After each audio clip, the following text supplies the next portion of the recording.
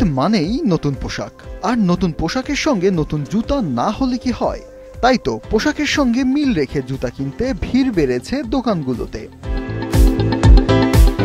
পছন্দ অনুযায়ী জুতার খুঁজে দোকানে দোকানে ঘুরছে নারী পুরুষ সবাই, পিছিয়ে নেই শিশুরাও। ব্যাটম্যান, স্পাইডারম্যান আর কিডসগুলো আমার অনেক ভালো লেগেছে। এখানে সেখানে ইউজ করা যায়, পানিতে ভিজালেও কোনো সমস্যা হয় না, এরকম জুতা পরতে চাচ্ছি। ক্রেতাদের আগ্রহের কথা মাথায় রেখে ঈদ উপলক্ষে হাল ফ্যাশনের নানা জুতার সম্ভার নিয়ে এসেছে বিভিন্ন ব্র্যান্ড। বাদ যায়নি সাধারণ দোকানগুলোও।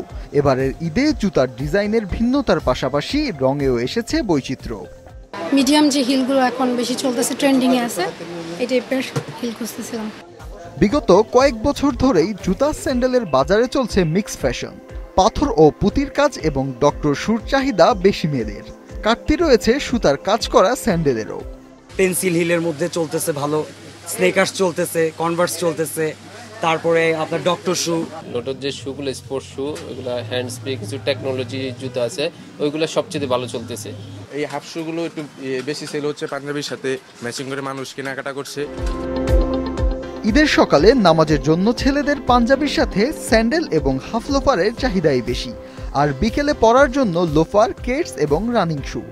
আমি কন্টিনিউ হাফ লোফারে পরে চেষ্টা করি আর কি, বরাবরের মতো এবার সেম হাফ লোফারে খুঁজতেছি। সকালে লোফারের সাথে পরবো হচ্ছে জুব্বা, বিকেল হচ্ছে শার্ট বা টি শার্ট, ওটার সাথে চটি, জিন্সের সাথে পরা যায় এমন ধরনের জুতা খুঁজছিলাম। শিশুদের ক্ষেত্রে আউটার সিনথেটিক ও ইনার ম্যাশের সমন্বয়ে সোল দিয়ে তৈরি জুতার চাহিদাই বেশি। গত বছরের তুলনায় এবার জুতার দাম বেড়েছে অভিযোগ ক্রেতাদের। কালেকশন ভালো, কিন্তু কালেকশনের তুলনায় মনে হচ্ছে দাম একটু বেশি গতবার থেকে। 1500-1600-র মধ্যে জুতা, ভালো মানের জুতা কিনতে যেত, এখন আরো বেশি বাজেটে যাইতে হয় আর কি জুতা কেনার জন্য। বিক্রেতারা বলছেন উৎপাদন খরচ বেড়ে যাওয়ায় দাম বেড়েছে জুতার।